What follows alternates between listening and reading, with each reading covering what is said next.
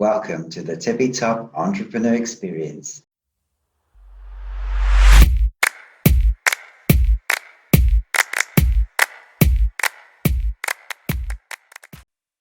Great. Now, we promised you high caliber industry professionals, and today we have Edward Reid from PWC Raise, who specializes in helping high growth businesses raise institutional investment. Welcome, Ed. Happy to be here. Thanks again. Now, Ed and I met in mid-2020, actually through LinkedIn. It does work, through our mutual interest in helping entrepreneurs. And since then, we've collaborated on numerous startup fundraisers and even had the opportunity to meet in the flesh in Cardiff in September 2021 at the Dealmakers Awards. Now, Ed, would you like to give us a brief intro to you and PWC Raise and all the good work that you're doing in helping startups? Yeah, sure. So thanks for having me on, Alex. Very happy to be here. So a bit about me to start with, I guess. I was born and raised in Cardiff, then went to Nottingham University, and on the back of that joined PwC on their grad scheme back in 2012 now, so sort of showing my age a little bit. So I qualified as a chartered accountant in audit, and then I moved to the restructuring practice in deals, where I focus on doing turnaround across a number of sectors, really. So healthcare, logistics, did some in utilities and also some software businesses as well. So got a really good experience working across numerous sectors and learning how to sort of deal with people in a very high pressure work environment and getting some very hard-nosed commercial experience. But while I was there, was also dabbling a little bit on the side with early stage ventures, basically. Was part of a program set up at PwC that was looking to sort of do some mentoring for sort of seed stage startups, and on the back of that sort of caught the bug, really, and then joined the Raise Ventures team about 2 years ago now, so sort of full time, making it the my day-to-day gig. What we do is we help high growth businesses raise institutional capital, so typically Series A and Series B, really working on investments of 1 to 30 million.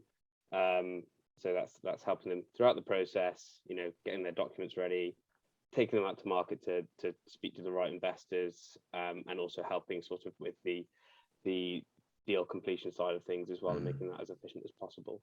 So yeah, work across a number of sectors, health tech, fintech, you name it. We're in there. Yeah, great. No, I mean, so good having you on the show, and so pertinent to the current investment climate. We've seen obviously a lot of interest at Series A, and the processes are moving quicker than ever before. There's a lot more competition. There's a lot more a lot of advice is needed, and I think a lot of institutions have tried to do what you're doing now and haven't quite got the model right. So it's so good that you're still doing it under that big umbrella of PwC, yet still focusing on the high growth startups, which I think is just so valuable for the whole ecosystem. So yeah, great, and thanks again for being on the show. We're really looking forward to picking your brain. Good stuff.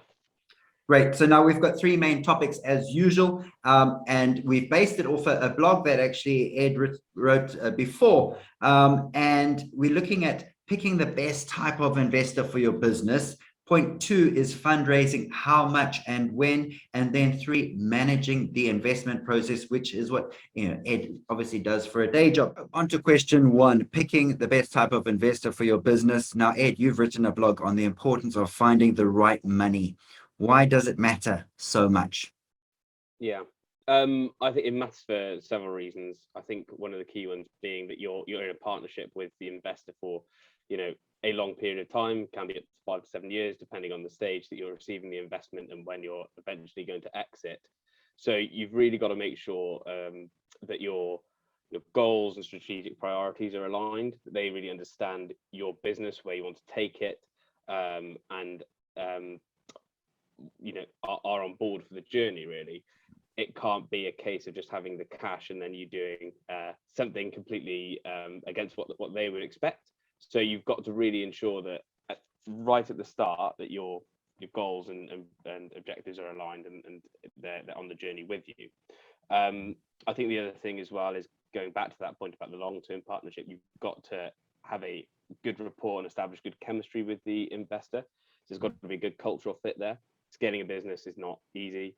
There'll be ups and downs. So you've got to make sure that when you're either going through tough times or have some challenges, you're sort of in the trenches with the right people, so to speak, and they're going to be supportive of you and really understand your challenges. So I think those are the two key points about the right investor. I think as well, the other thing that we often come across is that there are good businesses out there where sort of venture type investment may not be the right option for them, whether it's a timing thing, they need to take angel investment earlier on, or some seed stage investment, sort of ticket sizes of less than $1 million, or actually some other options out there to fund their growth. It's not the only pathway to growth out there. So just thinking about the right side of investors and the baggage that they might come with is key. Yeah, baggage, a good word, and I agree. Certainly equity is not always the right instrument. If at all, you could need debt, you could need some kind of other financing option. And if anyone's forcing equity on you, stop and have a think whether that's right for you. And in terms of sticking on that with investor behavior, some investors are better to work with than others. How do you find out what it's really going to be like once that money lands, once you're sitting around the board table together? How do you assess that? Yeah, I think there's a number of ways. One way that we always suggest founders find out a bit more about certain funds is obviously where we sit. We know the funds quite well, but if you're not using an advisor, for example, I'd always suggest speaking to or asking to speak to the founders of a couple of their portfolio companies to really, get it from their side, to understand what it's like working with them in terms of the expectations on the sort of the growth side, but also on a personal basis as well. I think that's really crucial, and also a bit of a red flag if they try and shy away from doing that. And going back to the point, sort of spending time with them in person, whether it's just before you complete the deal, spending some time going through in real detail strategy plans, trying to see where they can add value, and just building up that working relationship, I think is really crucial. And then you can get a really good feel for whether it's the right fit. I think those are the two things that I'd really suggest doing. Great. Now, sticking with those red flags that you mentioned earlier, what are the other red flags that entrepreneurs should be looking for? What are the ones where you should be walking away? Well, I guess sort of maybe prior to that decision being made, have a look at the sort of credentials of the people in the fund that you're going to be working with. What's their background? Do they really understand your space? Are they empathetic to the needs of an entrepreneur and founder? I think that's really crucial as well. And what's their track record, really? So that's one thing. I'd also, when it comes to the deal itself, look at the underlying structure of the investment. A really nice valuation can mask quite a lot of, I guess, sort of skeletons in the closet, so to speak. So think about the underlying deal structure. So, what's the share class and the share structure? Are they non-participating versus participating, and what does that mean for you? Is it one thing? Are they leaving investing provisions? Are they onerous, or are they quite friendly? And really sort of understanding that to get under the bonnet of the investment, I think, is key. I think the other thing as well is if they seem to be dragging their heels a little bit on trying to complete the deal, that's a bit of a red flag for me. How long is the exclusivity they're going into, and are they dragging out the DD? From my side, if they're really wanting to get on board as effectively a growth partner, they should be looking to complete the deal, not rushing to complete it, but in a timely manner, because they should be thinking, right, let's get this capital in, help you fund your growth and move on, so they can also make their returns. If they're dragging their heels, it's a little bit of a red flag for me, and I'd be sort of bringing that up and thinking, actually, what's actually going on here as well. And it gives you a bit of insight into how they're going to operate on the follow-on round when you may desperately need the cash, when your expenses are higher and so forth. Yeah, no, well said. Yeah. Now, in terms of sticking on that theme of fundraising, question bank number 2. So how much to raise? So you've suggested in your blog article 18 to 24 months cash runway. Now, why so long? And why can't entrepreneurs raise and then raise in quick succession 12 months later, probably at a, ideally higher valuation for them?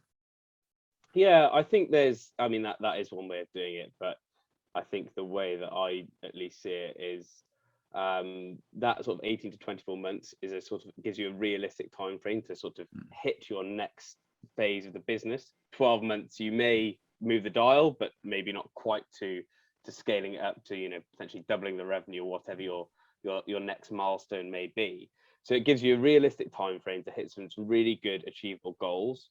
If you think about the fundraise, it always takes people, if you're hiring in sales and marketing, it takes a while to hire those people, but then to start churning out results and actually to help you achieve the best valuation at the next round. So you give yourself a bit of time to achieve those goals, and also to give yourself a little bit of buffer and slippage as well. Plans don't always work out as you may want to. So if you've got a little bit of extra cash in the bank, then that's always a good thing without having to lose too much sleep. I guess the other thing as well is, fundraising is time consuming, it's complex. Even if just from follow on from current investors, it can take a lot of mental capacity and time from a founder out of the business. So you want to be focusing on, really growing the business, and not having to spend too much time constantly fundraising and replenishing capital. So there's the key reasons, I'd say. Yeah, no, excellent reasons. And would you say that you would include the income from revenue in those calculations, or would you try and disregard that and just say based on expenses and cash raised, that's how long my runway is? A good question. I'd probably look at both of them, to be honest with you, and see where the sort of the two fit. I mean, you could almost have a worst case scenario of if all the taps were turned off on the income side and you still had the same cash burn, where would that get you to? And then almost building it up to a more, I guess, a base case or conservative if growth isn't great, but where will that take you to? And then so you can massage around sort of the runway in terms of a number of months. But I'd be looking at if you sort of achieved a relatively positive growth plan in those 18 to 20, where does that take you to in those 18 to 24 months, and using that as your base for planning. At the end of the day, you're trying to raise capital for growth, so it just sitting in the bank and then sort of burning through it is not the way I'd be thinking about it. Yeah, no, fair enough. Okay, great. And in terms of the stage of business and how much you can raise, what is the link there? And I'm, specifically thinking about those pre-revenue business plan businesses in the US that raise $10 million, and you're like, how is that possible? And is that possible in the UK as well, or is that a strange phenomenon that may come here in time to come? Yeah, so I think it is possible in the UK, but it is extremely rare from what we see. I think US investors are typically more bullish. There's a bit more, I say a bit more, there's quite a lot more capital throwing around, so there's a lot more capital to be deployed. But they are a bit more, they're happy to write bigger ticket sizes at a very early stage. I'd say over here, the sort of a good rule of thumb is a ratio of 3 parts capital raised or raising to 1 part revenue. So looking at a business that's on a run rate of 3 million annually, they should be looking to raise that to about 9 million. Obviously the tighter you make that ratio, probably the easier it is to get that capital. But then again, you've got to think, actually, is that going to be the right amount of capital I need to take my business to the next level without having to go out to market again or to ask the same investors for follow-on investment? So whether the sort of the 10 million ticket sizes on someone's idea will come over, yet to be seen. It may do. I think there's more and more investment being plugged into this space, but for the moment, it's a rare phenomenon, I'd say.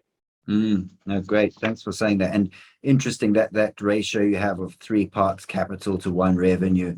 I've never heard it expressed quite like that, but it makes a hell of a lot of sense. And I think that's, one of the themes for the overall show is the importance of, entrepreneurs being aligned with investors, but more importantly with customers, because you're going to need that customer revenue to actually get the investors excited and get capital from them. So it's this symbiotic relationship. Now, earlier you touched on valuations, and obviously a very contentious topic, and one of my favorites. What do entrepreneurs need to know?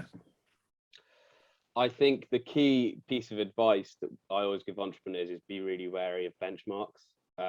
Most of them look at things on a very macro level, and while they may look at a sort of a sector focus, it'll still be quite a broad sector focus. So you'll look at SaaS benchmarks as a basket, but we all know that just because a business is a SaaS business, there's a whole lot of difference between the types of business that are in there, and beyond that, your specific company situation, I guess. What are your growth rates, what verticals are you in, what's your burn rate. So there's a whole load of stuff and a whole load of factors that really influence the valuation beyond just market standard is currently 8 to 10x of ARR. So that's what we're going to aim for. Now there's an argument that you should start from there and work backwards, but just because that's what the market standard says, doesn't mean that's what you're going to get. You might get more, you might get less. So that's one thing, and sort of being wary of that is key. I think going on to back to an earlier point rather around valuation, is actually the underlying structure of the deal is just as crucial. So you could get that 20x valuation if you really wanted to, but there could be a really aggressive deal structure that actually could leave you quite badly off if you don't hit certain metrics and etc. So I'd be really that's the other side of things I'd be wary of. It's not just about valuation when it comes to the deal. It's a key component, but it's not the only component. And actually just on that, it's a topic that we could probably deep dive into for quite a while. But one of Rich and our team recently did a webinar with the British Business Bank actually a couple of weeks ago, where they went into detail on this in an hour. So happy to share the links around if useful, because I think it probably needs a bit more than a couple of sentences to answer it in full. Absolutely. No, great. And thanks for the offer. We'll include that in the write-up for this podcast. Great. So managing the investment process, we're on to question bank 3. Now, fundraising, Ed, it's your job, it's my job, and we know exactly how much effort actually goes into getting it right, and how complex it can be. And I think entrepreneurs don't quite appreciate that until they're going through it. But I mean, it's not their job. But I want you to, let's give some weight to it and talk us through the process so entrepreneurs know exactly what to expect. Yeah, sure. And I'd echo that point. It's time consuming and complex. So it's not something to be taken lightly, for sure. And even good businesses can sometimes struggle to get capital if they don't do it in the right way. So really setting out a strategy and plan at the start, or thinking ahead of time is crucial. So I'd start with the time frame. It can take anywhere between 6 to 12 months to raise capital from start to finish. Usually somewhere in the middle of that, in all honesty, sort of the 8 to 10 month period. And that's sort of going from starting planning all the way through to cash in the bank. There's sort of 3 key processes or components to that, I guess. So the first is getting sort of investor ready, and that's getting all of your documents together, your pitch deck, financial model, etc., making sure they're hitting the right notes and telling the right story, getting the investor interested, and also thinking about the strategy around it. So making sure that that's all fitting together. That can take a while. It can take longer than people think. It's not just about putting a good pitch deck together. There's a lot more to it than that. And also making sure so the investor, the other side, can make sure they understand what they're getting. And then moving on. So once you are ready to go to market, there's the actual go to market piece. So going and speaking to the right investors at the right time, and engaging with them, which can be quite a lengthy process. They're going to be committing a fair amount of capital. They've got a certain amount of capital that they can commit, certain number of deals they can do a year. So they're going to have to do quite a lot of digging into the business to really get to grips with it, to understand it. So that can be a sort of a time consuming process if not managed in the right way. So there's that element to it as well. So that's going from sort of first call, follow-ups, next meetings, further information requests, all the rest of it and getting all the way to getting a term sheet on the table, or hopefully a couple of term sheets, also a couple of investment offers. And then you really go into sort of, I guess, the completion side of things. So once you've got your term sheet, you've reviewed it, you're comfortable with valuation, as we said, but also the terms with it. There'll be elements where you'll want to say, actually, that's not going to fit right. It can be compromised and make some changes, etc.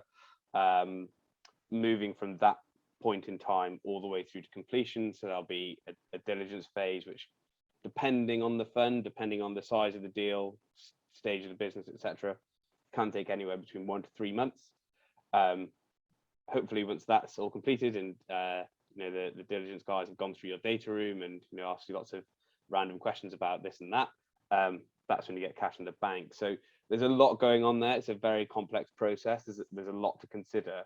So going back to my first point, I'd say that founders shouldn't take it lightly at all. Yeah, absolutely. And I like the way you split it into the different phases. And I'd love to focus on that piece, what to do before you approach investors. How long is that period? Because I think some people think, when they first make contact with investors, that's when the fundraising starts, but it actually should have started a long time before that. How far in advance and how much work goes into that? A lot of work goes into it. You can move as quickly or as slowly as you want, really. I think the key thing to think about is the documents that you need to get ready. So one is your pitch deck, so sort of 18 to 20 pages, introducing the business, the market it operates in, what the plan is for the next phase, etc. So you've got to get that ready. I think everyone knows that. I think, and especially when we think about the size of the deal that the team that I'm in works on, sort of Series A, Series B, they'll also want sort of an extended investor deck as well, most likely. Now, that varies from business to business, but what we suggest doing is thinking about the sector they operate in and what are the key questions that investors often ask, or what areas they dig into. So, for example, a consumer business, they'll look at your sort of repeat rates, lifetime value of customer acquisition costs, all those sorts of things. So getting that upfront and ready, and making sure that you don't get to the point where you get asked a question, the metrics don't quite look great, or you haven't sort of looked at them in the right way, helps sort of any back and forth when you've already started engaging with an investor, and it sort of leading to friction, I guess. So there's two elements that are more sort of, I guess, a couple of decks really to put together. The other side is on the financials as well. So building a financial model that has to be a 3-statement financial model that accountants like myself love, but probably everyone else hates. So that's your P&L, cash flow, balance sheet, all integrated, all sensitized, and probably, depending again, stage of the business, 2 years historical, potentially 5 years forecast. But also what we also suggest doing is building up an assumptions booklet, so it doesn't take an investor to have to interrogate the Excel to really understand what's going on, come back with lots of questions of why is the growth rate in year 1 bigger than year 2, for example, why is headcount this year different to the next year, etc. So they can actually understand the key commercial assumptions going on there and how the financial model flows together. So those are the key documents. Now, giving yourself a month or so to get that ready, month to 6 weeks, I'd say is probably the right amount of time. We understand founders are under pressure, and it can need to be quicker than that. So I think it's more about the workload that you're going to have to anticipate rather than the amount of time that you need to think about. But planning in advance is always crucial. So. Absolutely. And the thing I would add to that is that age-old adage of you only get one chance to make a first impression. It's more important than ever with investors, because as soon as you send out that deck, and you might use DocuSend and they might not be able to download it, but they would have seen you had a first impression, and to repair that later down the line after having missed financial projections or not pitched the MRR, the monthly recurring revenue, properly, or whatever it might be, it's you're backpedaling. So rather go with one consistent strong story at the outset. And sticking on that, I certainly am a convert to using corporate finance houses like yourself to help prepare. What are the pros of using someone like yourself to actually help you prepare for a fundraise? So I think there's a few key pros to bring in a corporate finance house. One is by using experts in this space, you really buy up additional bandwidth for the team. You know, early stage businesses are under pressure; they don't have huge amounts of resource, hence the need for fundraising. So bringing in a team that can help and a team with strong expertise and credentials in the field is only going to help manage that time-consuming and complex process that we've discussed. I also think, in addition to that, someone who really knows the market and does this day in, day out can be really helpful. It helps with making sure that you've got all the documents in the right place and there's nothing missing from that perspective. Whether it's on the financials or the extended deck, making sure you've got everything you really need to get the deal over the line in the most efficient way possible. And we've also had feedback from a number of investors saying that actually it's a real positive having advisors on the company side for several reasons. One being just generally they know that this business is being well advised, and when they get to later stages in the deal, there's not going to be any surprises around valuation or what the deal structure could be coming from that particular fund. We'll know who that fund are intimately. We know the way that they sort of work, and this is the likely structure of the deal, making sure that they're on side earlier on, so there's a good efficiency there. And also will have helped with things like the data rooms, so that's not going to be a time-consuming and complex process, and that's going to be as efficient as possible. So it helps all sides really, and it just helps everyone get the deal done in an efficient way possible, and then forget about fundraising until they have to go out for the next round, basically. Absolutely. And I have to echo that at seed stage, often people don't appoint advisors or can't afford them or whatever the rationale is. And the burden on the investor's side is incredible. It's supposed to be seed stage, light touch, a small check size, and the amount of work that goes in without, well-prepared documents, financial models, it just protracts that fundraising process. And, investors, like entrepreneurs, are similarly time poor. So having someone, really help lubricate the process is imperative. Now, that's all the good sides. Are there any cons, just so that we're balanced here? Yeah, sure. Cons of using a corporate finance house? The con broadly is the cost, right? Mm-hmm. That's the main thing I see, and the main challenge we get. A lot of fans will say, "Oh, I can do it myself," and that's fine if that's some businesses can. But I think the way I look at it is it's twofold. One, looking at the potential advisor who you're going to appoint, is the cost structure and the way that their fees are structured, is that actually is it going to be fair? So for example, we work predominantly on contingent fee, so success fee, so it's sort of we go into a partnership, which I think works well, so there's no cash due until after the fundraise, which does help things from a cost perspective. But more broadly, I guess the way I think about it is it's raising capital for a growing business is going to be the lifeblood of what gets you to your next phase of your business and help you scale your growth.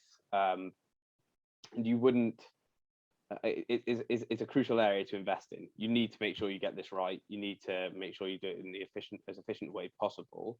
You wouldn't expect sales growth to be doing well if you're not investing in marketing, for example. So while there are other ways to do it rather than a CF house, there's a lot of good sort of FDs out there, or sort of portfolio FDs who also have experience on the fundraising side. I think investing more generally in that area to make sure you get this right is crucial. And so the con is the cost, but I see it as more of an investment rather than pure OPEX. It's just going out the door. Absolutely. And I mean, and to add into the mix there, a strong chair who's had experience of fundraising can also help, especially in those early stages. And in terms of the actual fees, personally, I don't see that as a downside, because you're probably going to be able to raise more at a more competitive valuation. So it literally comes out in the wash. So I really don't see a downside for entrepreneurs. And that's a very candid view. Now, I'm going to summarize what we've discussed across our 3 topics, and then we're going to go on to quickfire Q&A. So briefly, in terms of picking investors, why is it important? Well, because it's going to be a long-term relationship. Make sure that you have a very strong rapport with them at the start. How to pick them: look for a strong track record and make sure that they're empathetic to your needs as an entrepreneur and as a startup business. Watch out for investors who drag their heels on any deal. In terms of fundraising, make sure you have a realistic timeline. It can take quite a long time, up to 6 to 12 months. In terms of how much you should be raising, Ed gave us a very good ratio of 3 parts capital to 1 part revenue. I really like that. Now, in terms of managing the investment process, make sure you set a strategy and go out with a very targeted rifle approach, not just the shotgun spray and pray, because you're probably going to hit nothing. In terms of key documents, you need a pitch deck. It's good to prepare some, frequently asked questions and a very strong triple statement financial model. And if you need help with that, I'm sure Ed would be delighted to help you. And in terms of why you should use the corporate finance house, it's going to increase your bandwidth, help with speed, and the downside is cost. But as we said, it probably comes out in the wash. So I don't think there's too much to worry about. So thanks again, Ed. Do you want to tell people where they can find you online? Yeah, sure. I think the best way to get in touch with me is on LinkedIn. So just type in Edward Reid, PWC, and I think I should be coming up in your search bar. That's the best way to get in touch with me. Absolutely. And that's where we met, of course. Great. Now on to quickfire Q&A. So you mentioned you are originally from Cardiff. What's your favorite place in Wales? I have 2. One is Merthyr Mawr, so just near the coast, I guess, and that's when I'm walking my dogs. And then also you can't beat the Millennium Stadium on a match day either. Did you go the other week? For the South Africa game, I did. I went to that one, Yeah. the one that we lost. I didn't go to the one that we won against Australia, but yeah, still very good to be back. I'm sure. What's the best part about your job? I really like working with entrepreneurs and founders, working with interesting people, solving pretty big challenges, and, who are passionate about their job is quite inspiring and is the thing that makes me most excited about my job. Absolutely. And there's a lot of capital, dry powder, VCs, awash with capital. Is now the best time to be an entrepreneur? I think so. I think, a couple of reasons. One being obviously the dry powder, so there's a lot of capital out there. But more broadly, I think, technology is even more increasingly than it has done recently, come to the forefront of everything we do in life. So there's a lot of opportunity out there and a lot of things that can be, changed. I think as well, the move to hybrid working has really enabled networking, and also the cost of setting up a business is just lessened. There's less overheads, so you can really get cracking from a very low base and start something quite early on. Yeah, great. Now, on the more fun side, any holidays booked for you? Not booked, but just about to book skiing in March, going to Morzine in France, hopefully. So been a while since been out on the slopes for obvious reasons, but usually try and go at least twice a year. So I've been really missing it the last couple of winters. So yeah, looking forward to that, hopefully. Yeah, hope you get there.